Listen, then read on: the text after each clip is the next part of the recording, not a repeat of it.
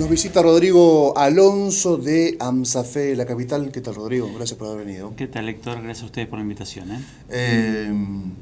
Una marcha multitudinaria que para mí fue el tema principal de ayer, más allá que hubo temas centrales muy importantes a nivel nacional, como la visita del presidente a Estados Unidos, en la ONU, la renuncia del presidente del Banco Central, pero yo creo que el paro que fue contundente en todo el país, más las movilizaciones que empezaron el lunes y continuaron, por ejemplo, ayer en Santa Fe, están hablando de una contundencia extraordinaria respecto al rechazo de una política, de un plan de gobierno, una política económica que no se veía desde el menemismo, ¿no? Lo más cercano que tenés, digamos, para ubicarte en algún contexto. Sí. ¿Lo vieron igual? Sí, por supuesto. Vimos, en primer lugar, cómo las adhesiones a la medida de fuerzas cada vez son mayores. En este paro ha sido, bueno, en el sector docente prácticamente ha sido total. Nosotros, desde nuestra central, que es la CTA de los Trabajadores, desde el día lunes llevamos adelante un paro, en este caso por 36 horas, desde el lunes al mediodía, que notamos claramente el altísimo nivel de adhesión, con una movilización que también hicimos en la ciudad de Buenos Aires, y lo que ha sido el día de ayer con una movilización, primero un paro contundente, y una movilización, vos decías en la introducción que ha sido pocas veces vista, ¿no? Por la cantidad de gente, la cantidad de compañeras, de compañeros que participaron. Pero también yo te agrego un dato más. Sí. Muy importante por los convocantes a este acto, a esta marcha y a este acto del día de ayer. Es un ejemplo único en el país que la CGT, la CTA autónoma, la CTA de los trabajadores y los movimientos sociales, o sea, 4 sectores claves que tienen que ver, que son además, que somos los partícipes de los padecimientos de esta política económica, con los matices que muy bien vos también planteabas, definimos movilizarnos, parar, llevar adelante una demostración de fuerza que para nosotros ha sido muy importante, que ya se venía demostrando con lo que también, algo pionero en nuestra provincia, que es el movimiento obrero santafesino, algo que para nosotros muy importante. ¿Por qué es muy importante? Porque nosotros estamos convencidos que lo que se está poniendo en discusión es un proyecto político. Esto es lo que se está discutiendo. Nosotros creemos firmemente que acá el gobierno debe modificar en 180 grados la política económica. Y para eso tiene que escuchar a los trabajadores. Y los trabajadores tenemos que estar unidos y tenemos que definir qué es lo que queremos, qué es lo que queremos exigir. Y claramente lo que venimos planteando es una modificación de la política económica que deje de privilegiar a los grupos concentrados de la economía, que deje de privilegiar al sector financiero, que deje de privilegiar a los sectores agroexportadores, que deje de escuchar al Fondo Monetario Internacional y empiece a escuchar a los trabajadores. Que lo que nos pasa a los trabajadores es algo sumamente preocupante. La pérdida del poder adquisitivo, del salario, la pérdida de los derechos laborales. A ver, en el sector docente, ¿en qué vemos la pérdida de los derechos laborales? Por ejemplo, cómo empieza en cascada, cómo posibles soluciones a conflictos salariales, ofrecimientos con sumas de dinero en concepto de presentismo. O sea, volvemos a un viejo esquema de los años 90 que docente que se enferma no puede faltar, porque si falta le descuentan una parte significativa de su salario. Por consiguiente, enfermo va a trabajar y después estamos hablando de calidad educativa. Estamos hablando de calidad educativa con un docente enfermo que va a trabajar. Lo vemos en los recursos que cada vez son menos los recursos nacionales destinados a educación que se envían a las provincias. Por ejemplo, todo lo que tiene que ver con los proyectos educativos y las propuestas educativas nacionales que se aplicaban en todas las provincias argentinas y que ese dinero deja de enviarse. Deja de enviarse dinero para el fondo compensador, un fondo que nivelaba a docentes de 7 provincias argentinas para tener un salario inicial igualitario en todo el país, salario que ahora se pone en discusión porque ya no hay paritaria nacional. Lo vemos también con los intentos de armonizar los sistemas jubilatorios y poniendo el eje en los sistemas jubilatorios que ellos lo llaman de privilegio, que por ejemplo entraría el sector docente, que tenemos un sistema jubilatorio opcional. Eso para el gobierno es un privilegio, por lo tanto también se está poniendo la mira sobre el sistema jubilatorio. Bueno, esta es la situación que estamos atravesando, por ejemplo, un sector de trabajadores, que es el sector docente. Ahora, Rodrigo, también es cierto que hay una, por definición constitucional, el pueblo no delibera sino es a través de sus representantes, ¿no? Sí. Una máxima constitucional.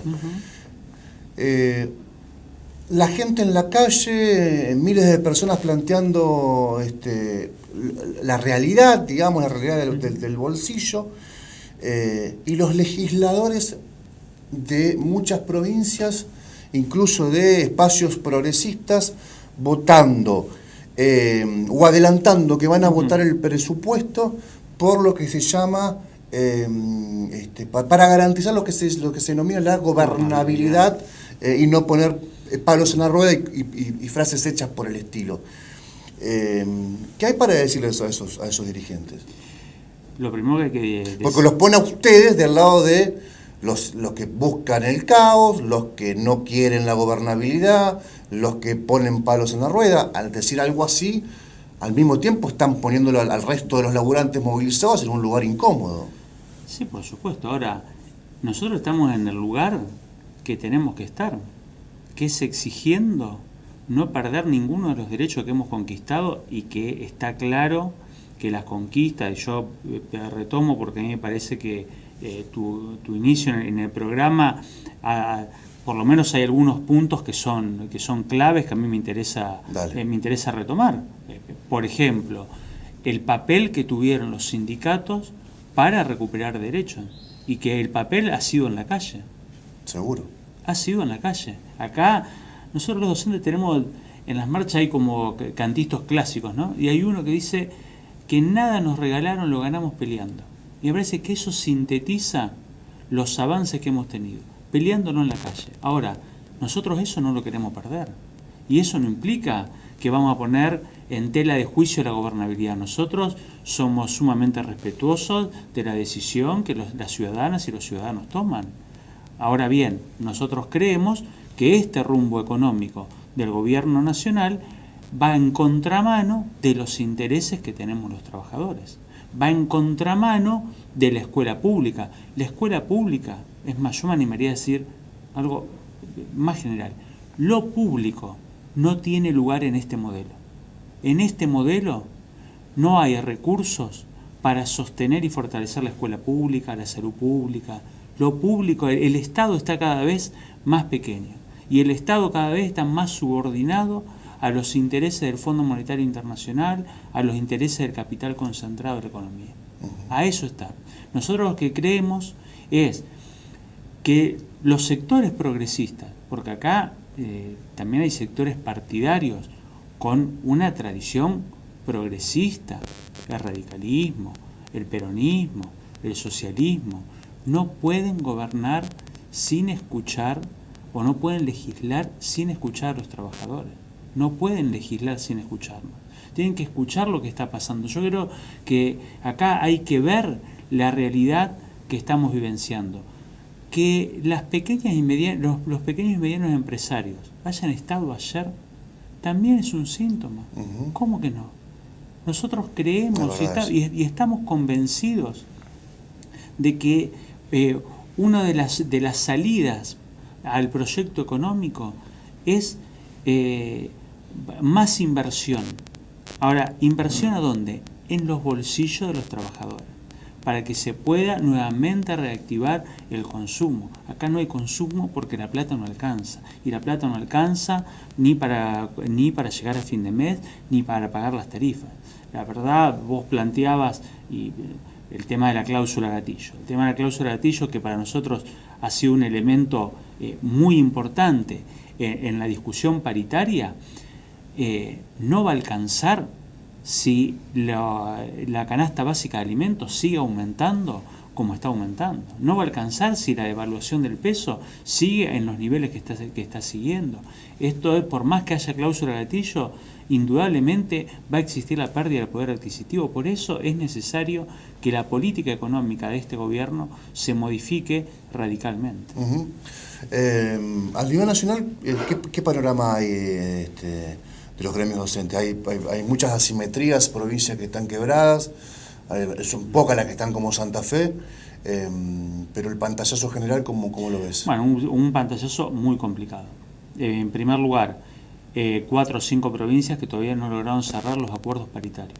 Una provincia, por ejemplo, la provincia de Buenos Aires, la ciudad de Buenos Aires, la provincia de Chaco, provincias donde todavía no pudieron cerrar los acuerdos paritarios que muchas veces vienen con esta extorsión del presentismo, o también con propuestas todavía a esta altura del año, con esta situación económica, propuestas del 15%, del 16%, cuando el mismo gobierno tiene estipulado de que la inflación va a ser superior al 40%. O sea que intentan cerrar acuerdos paritarios a la baja. La no convocatoria de la paritaria nacional docente, esto para nosotros es preocupante, Héctor. ¿Pero por qué es preocupante? Porque si había un ámbito donde se podía nivelar no solamente el salario, la formación docente, los recursos que se destinaban a la educación, era a través de la paritaria nacional docente. Pero a ver, el hecho político de la paritaria nacional. La paritaria nacional obliga al gobierno a ser responsable de la educación argentina.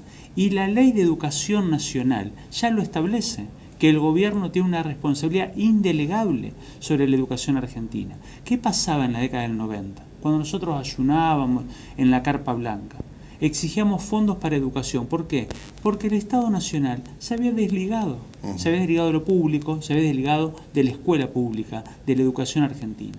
En este caso, el gobierno nacional está siguiendo el mismo camino. Preocupante eso, preocupante lo que empezamos a ver en el presupuesto nacional. Un presupuesto que no solamente no reincorpora los recursos para los programas socioeducativos, que achica los recursos para el fondo compensador, sino que congela el Fondo Nacional de Incentivo Docente. El Fondo Nacional de Incentivo Docente, que fue producto de los 1003 días de carpa blanca, que ya del año 2016, que fue el último año donde hubo aumento, ya del año pasado no hubo aumento, ahora se congela esos fondos y se pretende que se transferirlo a las provincias. Ahora, esto ya es baja del salario, ¿no? Es un fondo que es de 1.200 pesos por cargo, que si la provincia de Santa Fe en el año 2019 va a recibir los mismos montos que recibió en el 2018, o sea, 1.900 millones de pesos, y la provincia lo va a tener que distribuir. Ahora vamos a hacer un cálculo sencillo. Si yo tengo 100 pesos que lo tengo que distribuir entre 10 docentes, me va a dar un monto. Ahora, si el próximo año esos 100 pesos que están congelados lo tengo que distribuir entre 12 docentes, o entre 13, entre 14, o sea que el monto va a ser menor. O sea que hay una clara intención de hacer desaparecer el Fondo Nacional de Incentivo Docente. Este es el panorama que nosotros vemos, un panorama preocupante, sumamente preocupante, porque no solamente implica pérdida de derechos, sino que esa pérdida de derechos y esa falta de recursos tiene un impacto negativo en los procesos de enseñanza-aprendizaje, tanto que se habla de la calidad educativa. Ahora, la calidad educativa se sostiene con políticas activas. Nunca se va a sostener una calidad educativa con menos recursos, extorsionando a los docentes, quitándole derechos a los docentes, no invirtiendo en infraestructura escolar. Fíjate vos los jardines de infantes. En la provincia de Santa Fe, a través de una decisión que había tomado el gobierno nacional, se iban a construir 8 jardines de infantes. Y ahora quedaron por la mitad. En algunos casos, por ejemplo en el departamento de la capital, tenemos uno en la ciudad de Santo Tomé, que tenía el 40% de ejecución de obra y que se paró, o sea que ya es un jardín que no va a continuar. Había fondos como el Fondo Federal Solidario, el famoso Fondo Sojero. Ese fondo, que estaba destinado por ley a infraestructura vial, educativa, de salud, ahora es un fondo que no se envía y que ahora lo que quieren hacer una modificatoria para enviar menos de recursos, menos de la mitad. Menos de la mitad. Bueno, me parece que estas son cuestiones que tienen un impacto directo sobre la calidad educativa. Aprovecho que estás acá y es la última pregunta que te hago, Rodrigo. ¿Dónde está cuál es el verdadero motivo que encontrás en la resistencia que tiene un grupo de personas a la educación sexual integral, la ESI? ¿Es religioso? ¿Por qué es tan refractario? ¿Por qué Yo creo que hay dos cuestiones. ¿Y por qué es tan intenso también, ¿no? Sí. Yo creo que hay una cuestión que puede ser ideológica, ¿no? Que claramente posiciona a un grupo de ciudadanas y de ciudadanos en otro lugar. Pero creo que mayoritariamente hay desinformación.